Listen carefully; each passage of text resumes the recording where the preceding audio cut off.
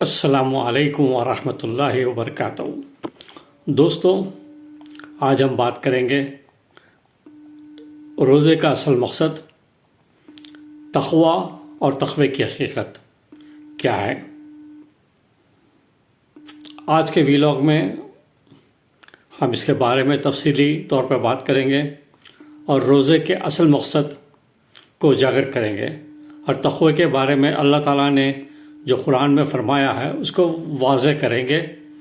اللہ تعالیٰ فرماتے ہیں، یا ایھا الذین آمنوا کتب علیکم الصیام کما کتب علی الذین من قبلکم لعلکم تتقون۔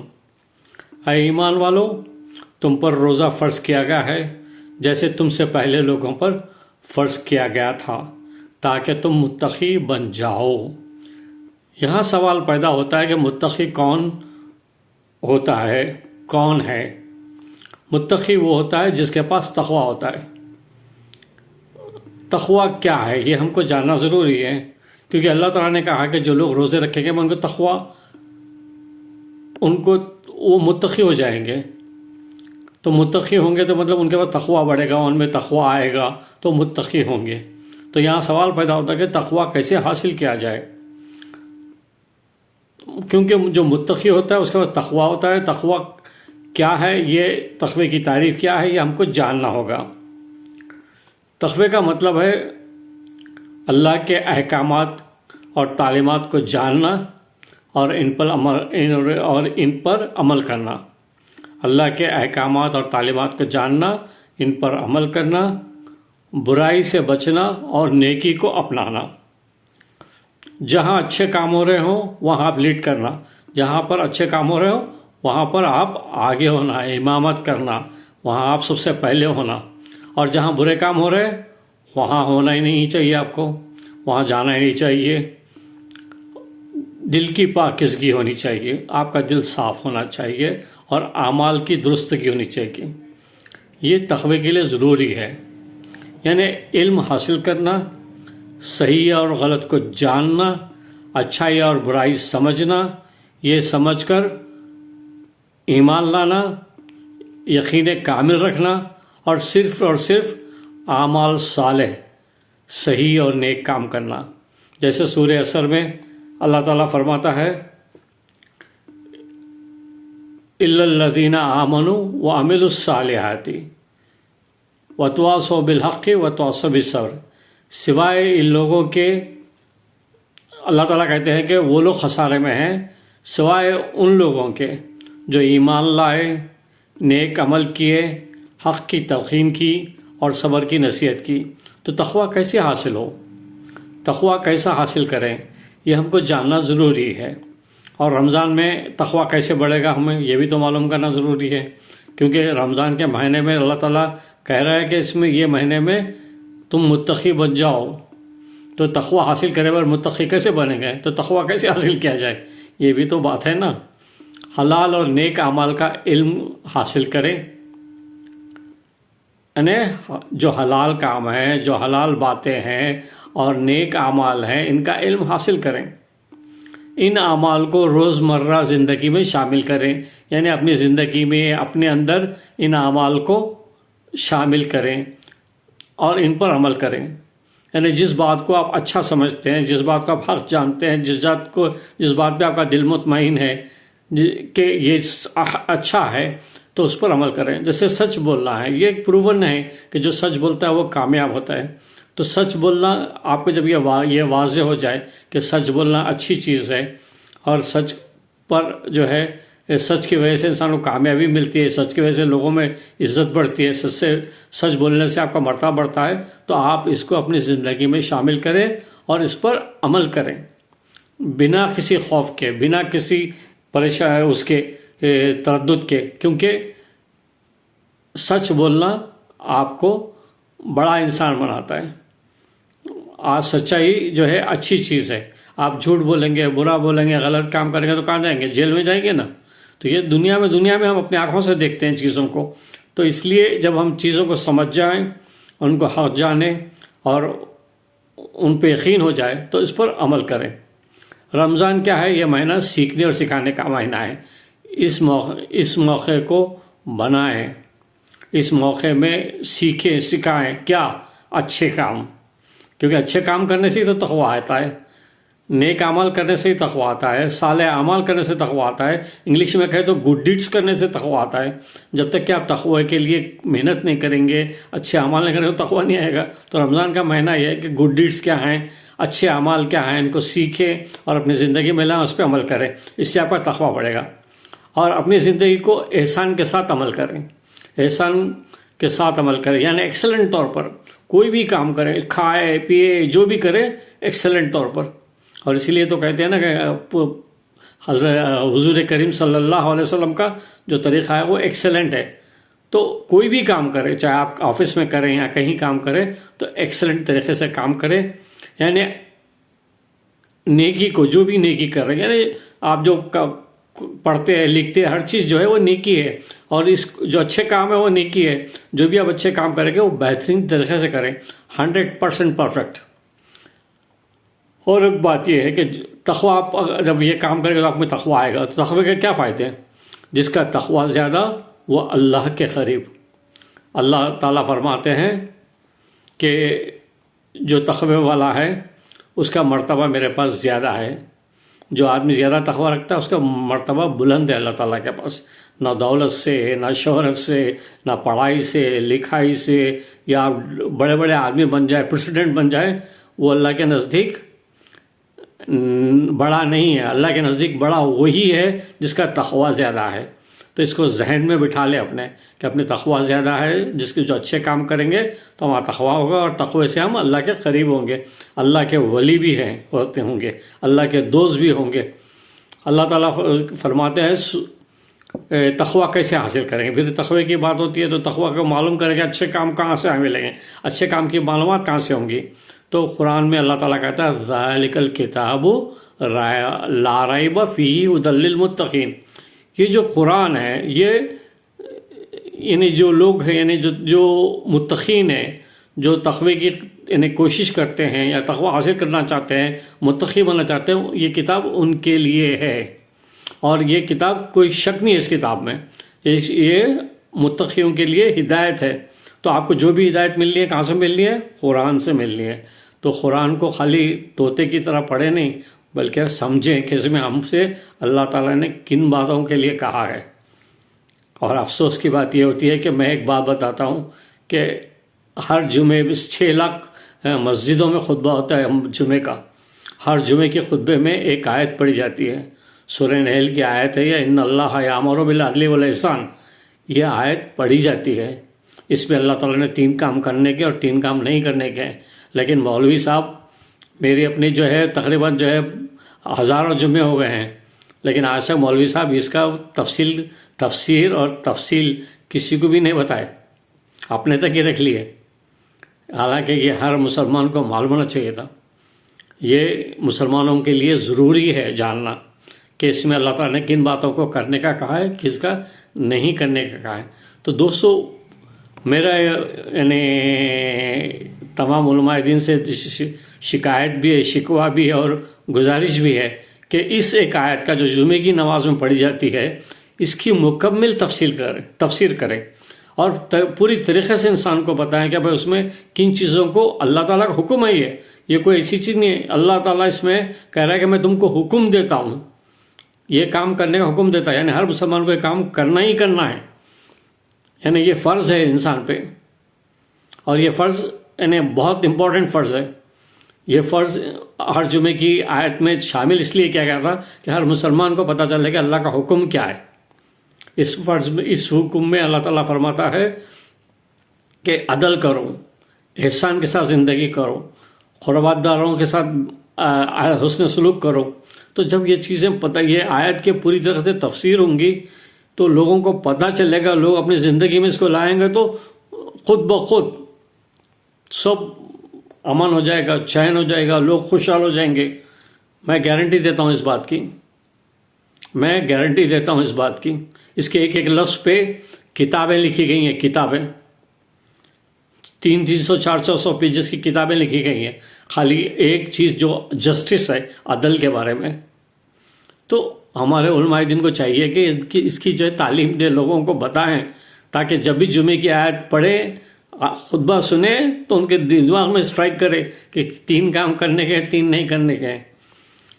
تو دوستو ہم آگے چلتے ہیں، آگے بات کرتے ہیں کہ جو اللہ تعالیٰ نے آپ کو، یعنی قرآن میں اللہ تعالیٰ صاف کہہ رہا ہے کہ جو قرآن جو ہے وہ ہدایت ہے ان کے لیے جو لوگ تقوی حاصل کرنا چاہتے ہیں، جو متقی بننا چاہتے ہیں، جو اللہ کے قریب ہونا چاہتے ہیں۔ تو قرآن میں جب تک کہ آپ کیا لکھا ہے آپ کو نہیں معلوم، اللہ آپ سے کیا کہہ رہا ہے نہیں معلوم، تو آپ کیسے قریب ہوں گے؟ یعنی آپ زیادہ سے زیادہ قرآن کو پڑھیں، معنوں کے ساتھ پڑھیں، جس زبان میں ہو پڑھیں یا سنیں۔ آج کل تو سننے کی بھی جو ہے بڑی آسانی ہے، آپ یوٹیوب پہ جائیں، اوتھینٹک جو ہے تفسیریں پڑھی ہوئی ہے، اسرار احمد صاحب کی، ڈاکٹر فلاح ہاشمی صاحبہ کی، سب کی، تو آپ سن سکتے ہیں۔ پڑھنے کے علاوہ پڑھے تو بہتر ہے، نہیں تو سن بھی سکتے ہیں آپ آرام سے۔ اس کو سنیے، قرآن کو پڑھیے، جانیے، سمجھیے، کیونکہ یہی راہ ہدایت ہے، یہی آپ کے لیے ہدایت ہے، یہی آپ کو تقویٰ دے گی، یہی آپ میں تقویٰ پیدا کرے گی، یہی آپ کو متقی بنائے گی۔ یعنی ہدایت انہی کو ملتی ہے جو اللہ کے احکامات کا علم حاصل کرتے ہیں۔ جب ہم علم حاصل کریں گے اور اس پر عمل کرتے ہیں تو تقویٰ ہمارے اندر آ جائے گا۔ اللہ نے بڑی آسانی پیدا کی ہے اور ہم کو نعمتیں دی ہیں کہ ہم کو بتا دیا ہے صاف صاف کہ آپ کی کیا کام کریں گے اور آپ کو اس سے کیا فائدے ہوں گے۔ اور ایک ہے جو اللہ سے ڈرتا ہے، یعنی اللہ سے ڈرنے کے معنی یہ ہوتے ہیں کہ اللہ کے احکامات پر عمل کرنا، پہلے تو ان کے احکامات جاننا، اس پر عمل کرنا ہے۔ اللہ اس کے معاملات میں آسانی پیدا کر دیتا ہے، یعنی اگر آپ جو لوگ تقویٰ کرتے ہیں، جو لوگ تقویٰ حاصل کرتے ہیں، اللہ تعالیٰ ان کے لیے مشکلات میں بھی آسانیاں پیدا کر دیتا ہے۔ یعنی اگر آپ پرابلم میں ہیں یا کوئی بھی چیز کا آپ کو پرابلم ہو رہا ہے، آپ ڈیسیژن نہیں لے سکتے، تو اللہ تعالیٰ آپ کو ایسا ڈیسیژن لینے کے لیے جو آسانی پیدا کرتا ہے، آپ کو اس میں سے نکالتا ہے پرابلمس میں سے۔ تو اللہ تعالیٰ آپ کا یقین بناتا ہے۔ جیسے اب آپ دیکھتے ہیں کہ رات جائے گی تو صبح آئے گی، یہ تعلیم ہے۔ آپ کو پتہ چلتا ہے کہ رات جائے گی تو صبح آئے گی، تو ہمیں پریشانیاں آئیں گی، مشکلات آئیں گی، تو مشکلات جائیں گی اور اچھے دن آئیں گے۔ اسی طرح سے جب آپ اپنی زندگی میں بہت ساری چیزیں ایسی ہیں جس میں آپ کو اللہ تعالیٰ گائیڈ کرتا ہے، آسان یہ کرتا ہے۔ اور بھی اللہ تعالیٰ کہتے ہیں کہ اے ایمان والو، اگر تم اللہ سے ڈرتے، یعنی احکامات کا علم رکھتے اور عمل کرتے ہو، تو وہ تمہیں فرقان، باطل میں فرق کرنے والی بصیرت عطا کرے گا۔ یعنی اللہ تعالیٰ کہتے ہیں کہ جو لوگ متقی ہوتے ہیں، جو لوگ حلال و حرام کی تمیز رکھتا ہے اور صحیح غلط کو پہچان سکتا ہے، تو وہ اللہ تعالیٰ اس کو جو تقویٰ اختیار کرتا ہے، اللہ تعالیٰ اس کو کیا کرتے ہیں؟ فرقان عطا کرتے ہیں۔ فرقان مانے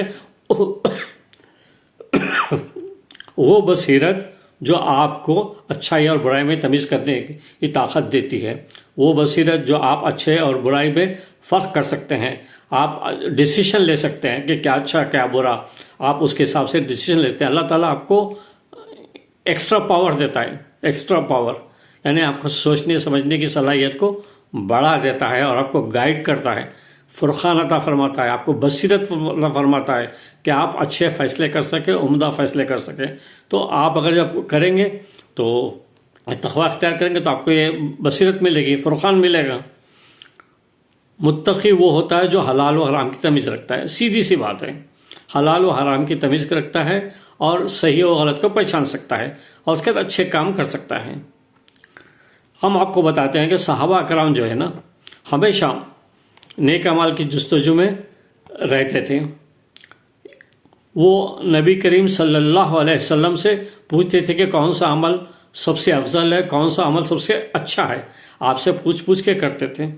اسی طرح سے حضرت عمر رضی اللہ تعالیٰ عنہ، حضرت علی رضی اللہ تعالیٰ عنہ اور دیگر صحابہ کرام ایک دوسرے سے نیک اعمال کے بارے میں پوچھا کرتے تھے کہ کیا نیک اعمال ہے، کیا کرنا چاہیے ہم کو۔